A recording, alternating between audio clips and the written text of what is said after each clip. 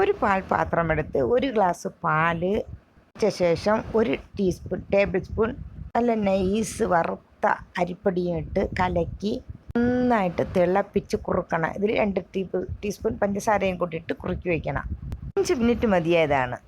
ഒരുപാട് സമയമൊന്നും വേണ്ട, പെട്ടെന്ന് കുറുകി കിട്ടും. തണുത്ത ശേഷം 1 മാങ്ങ ഇതിലേക്ക് അരിഞ്ഞിട്ട് എല്ലാം കൂടി മിക്സിയിലാക്കണം. തണുത്ത ശേഷം ഇതിൽ വേണമെങ്കിൽ ഏലക്കാപ്പൊടിയോ വനില എസൻസോ ഒക്കെ ചേർക്കാം. പക്ഷെ ഞാനൊന്നും ചേർത്തിട്ടില്ല, നല്ല ടേസ്റ്റിയാണ്.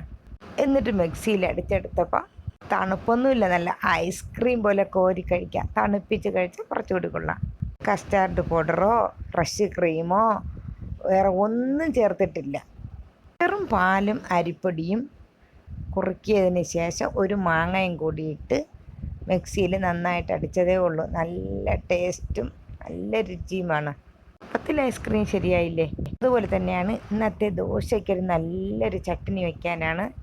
ഒരു പാൻ അടുപ്പത്ത് വെച്ച് അതിൽ 1 ടേബിൾ സ്പൂൺ എണ്ണ ഒഴിച്ചതിന് ശേഷം ഇതിൽ വേറെ ഒന്നും വേണ്ട, 2 ചേരുവകളേ ഉള്ളൂ. എണ്ണ ചൂടായതിന് ശേഷം 2 വലിയ സവാളയും 2 തക്കാളിയും, അതേ തരമുള്ള തക്കാളിയും ഇട്ട് ഒരുപാട് വഴറ്റൊന്നും ചെയ്യണ്ട, ഒരിത്തിരി വാടിയാൽ മാത്രം മതി. 5 മിനിറ്റിൻ്റെ സമയമേ ഉള്ളൂ. ഈ ഉള്ളി ഒന്ന് ചെറുതായിട്ട് വാടിയാൽ മതി. ചെറുതായിട്ടൊന്ന് വഴറ്റി കൊടുക്കണം.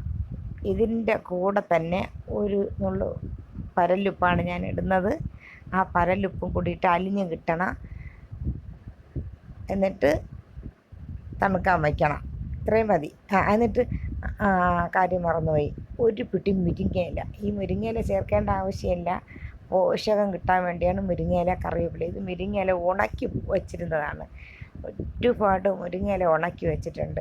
അതിൽ നിന്ന് 1 പിടി മുരിങ്ങയിലയും കൂടിയിട്ട് ഉപ്പും ചേർത്ത് കുറച്ചുകൂടി വഴറ്റി ഈ ഉള്ളി ചെറുതായിട്ടൊന്ന് വാടി കിട്ടിയാൽ മതി. ഇതിൽ 1/2 ടീസ്പൂൺ മുളക് പൊടി ചേർത്താൽ മതി. ഒരുപാട് എരിവൊന്നും ആവശ്യമില്ല. ചേർത്തിട്ട് ഇത് തണുക്കാൻ വയ്ക്കണം.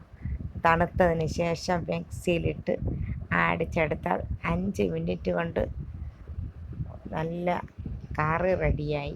ദോശയ്ക്കും ഇഡ്ഡലിക്കും കഴിക്കാൻ നല്ല കറിയാണ്. യൂട്യൂബിൽ കാണിക്കുന്നതിൽ വെളുത്തുള്ളി, ഇഞ്ചി ഇതൊന്നും ആവശ്യമില്ല. 2 സവാള, 2 തക്കാളി, 1 പിടി മുരിങ്ങയില നിർബന്ധമില്ല, പകരം കറിവേപ്പിലയും ചേർക്കാം. ഗ്യാസും ലാഭം, രുചിയുമുണ്ട്.